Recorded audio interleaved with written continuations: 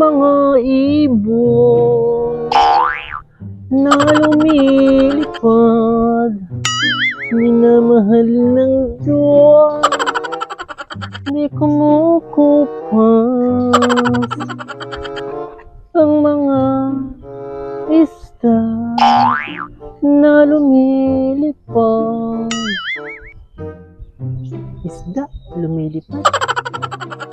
Nakay mali. Ay, awan. Kumarites. Bakit Kumarites? Kilala mo itong si Belia? Sino ba Belia ang tinutukoy mo, Kumarites? Maraming Beliahan. Sinong Belia? Si Belia, Kumarites. Yung manugang ng Ate Roseng na inaanak naman ni Kumaring Merly na apo sa pamangkin ng Tia Luming. Yung kinakapatid din niya ni Kumaring Mercy. Aba, Kumarites, hindi mo kilala si Belia? O ay bakit, Kumarites? Kung tinatanong mo kung kilala ko yung si Belia, bakit? Ay wala, Kumarites. Akin lang naitanong sa iyo kung kilala mo. Ani?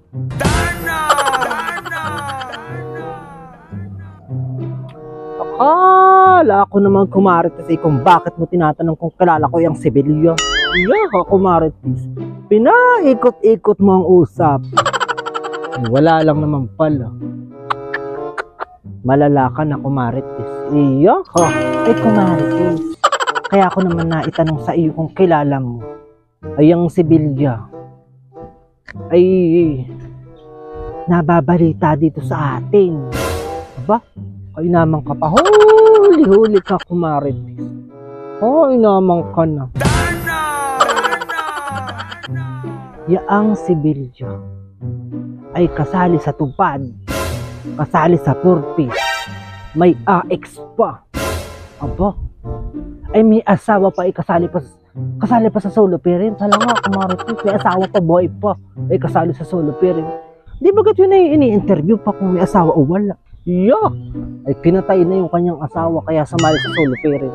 Yeah, sabi siguro sa interview ay patay na ang kanyang asawa. Ay naandun man din, Kumarites, at nagtatalok. Yo.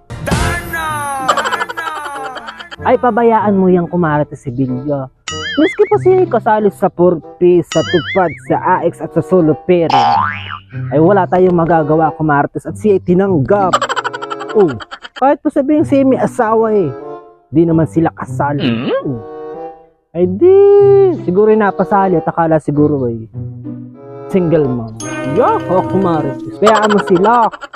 Ba't baga pinakikialaman mo pa?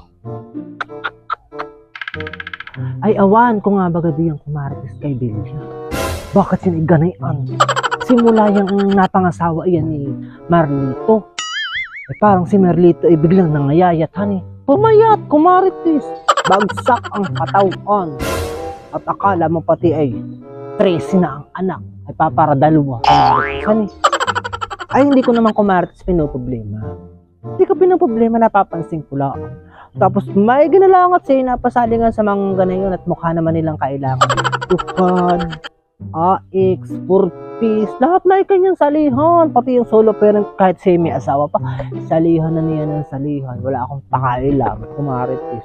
Ang mahalaga, Kumarites, ay ito gumagamit ako ng Koji-san, Kumarites, Koji, at gawa ng nakakaganda ng balat, Kumarites, kaya kung gusto mo din, Kumarites, na mag-glass skin din yung pagmukhang masama, ay mag-Koji-san ka na, Koji-san, Kumarites. Hoy, ikaw, Kumarites, na nanonood, mag-Koji-san ka, at nakay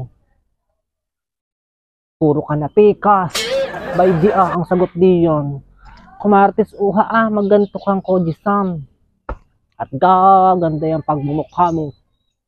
Para ng lumot sa nabaga yun.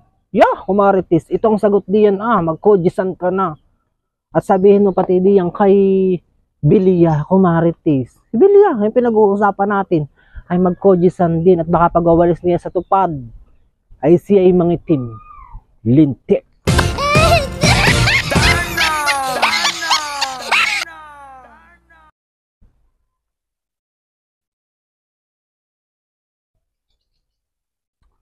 Dami mong nakikitaan kumaritis. At pati naman yung mga tagyawat ko sa mukha'y pinupuna mo pa.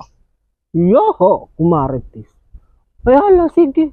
Gagamitin ko din yung sabon na iyon nang matanggal itong tegedeg sa aking mukha. Yoho! Sabihin ko kay Bilya, sabay kaming sumagap pati. Gumamit na iyan. Hindi kalaan kay Bilya at may AX na may purpose pa. May... Ay, awan! Lintik! Sorry.